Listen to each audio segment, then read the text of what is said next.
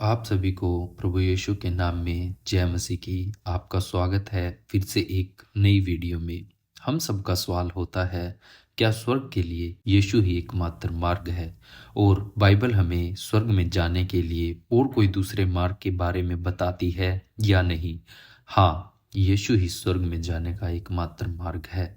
इस तरह का एक विशेष कथन एक अति आधुनिक व्यक्ति के कान के लिए परेशानी पैदा कर सकता है, परंतु चाहे कुछ भी क्यों न हो, यही सत्य है। बाइबल शिक्षा देती है कि यीशु मसीह को छोड़कर उद्धार के लिए और कोई मार्ग नहीं है। स्वयं यीशु ने यूहन्ना उसका 14 अध्याय आयत 6 में कहा है कि मैं मार्ग, सच्चाई और जीवन हूँ। बिना मेरे द्वारा कोई पिता के पास नहीं पहुँच सकता।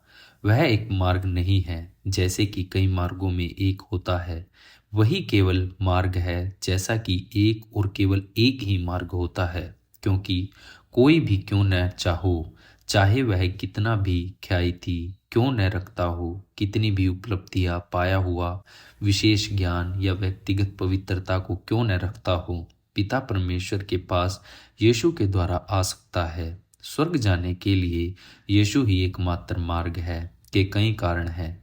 यीशु परमेश्वर के द्वारा उद्धारकर्ता के रूप में चुना गया था। एक पतरस उसका 2 अध्याय आयत 4 में यीशु ही केवल एकमात्र ऐसा व्यक्ति है जो कि स्वर्ग से नीचे उतरा और पुनः वापस ले लिया गया। यूहन्ना उसका 3 अध्याय आयत 13 में वही केवल एक ऐसा व्यक्ति था जिसने सिद्ध मानवीय जीवन को यापन किया। इब्रानियों उसका 4 अध्याय आयत 15 में वही केवल पाप के लिए बलिदान है। एक यूहन्ना उसका 2 अध्याय आयत 2 में और इब्रानियों उसका 10 अध्याय आयत 26 में उसी ने केवल भविष्यद्वक्ताओं और व्यवस्था को पूर्ण किया। मती उसका 5 अध्याय आयत 17 में वही केवल एक ऐसा व्यक्ति है जिसने मृत्यु के ऊपर सदैव के लिए जय को पा लिया। इब्रानियों उसका 2 अध्याय आयत 14 से 15 में वही केवल परमेश्वर और मनुष्य के मध्य में मध्यस्थ अर्थात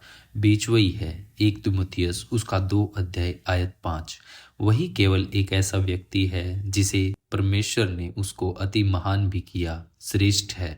फिलिपियो उसका 2 अध्याय आयत 9 में यीशु ने स्वयं को स्वर्ग के एकमात्र मार्ग होने के बारे में यूहन्ना उसका 14 अध्याय आयत 6 के अलावा अन्य कई स्थानों पर बोला है। जैसा कि मैंने आपको बताया, उसने मती उसका 7 अध्याय आयत 21 से 27 में स्वयं पर विश्वास किए जाने वाले व्यक्ति के रूप में प्रस्तुत किया। उसने कहा कि उसके वचन जीवन है। यूहन्ना उसका 6 अध्याय आयत 63 में प्रेरितों का सुसमाचार प्रचार प्रभु यीशु की मृत्यु और जी उठने के ऊपर केंद्रित था।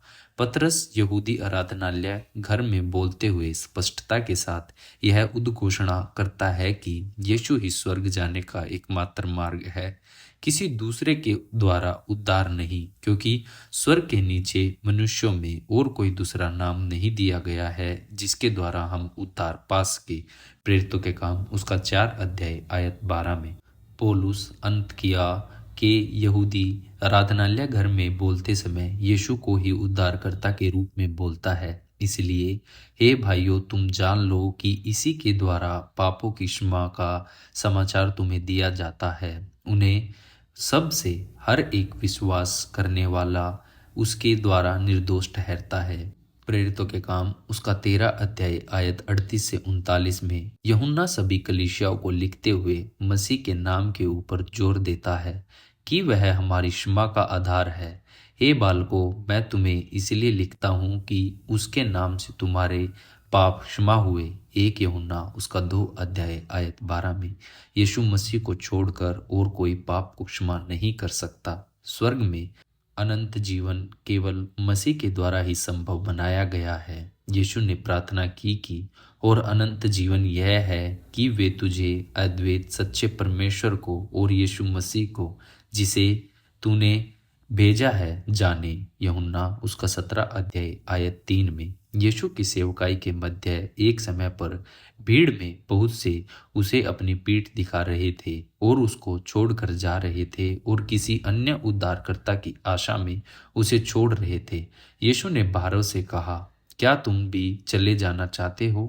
पतरस ने बिल्कुल सही उत्तर दिया कि प्रभु, हम किसके पास जाए? अनंत जीवन की बातें तो तेरे ही पास है, और हमने विश्वास किया और जान गए हैं कि परमेश्वर का पवित्र जन तू ही है। मेरी प्रार्थना है कि हम सभी पतरस विश्वास को साझा करें कि अनंत जीवन केवल यीशु मसीह में ही पाया जाता है। आप सभी को जय मसीह की। प्रभु के वचन को जानने के लिए हमारे साथ जुड़े रहें। मिलेंगे आपसे फिर से एक नई वीडियो में।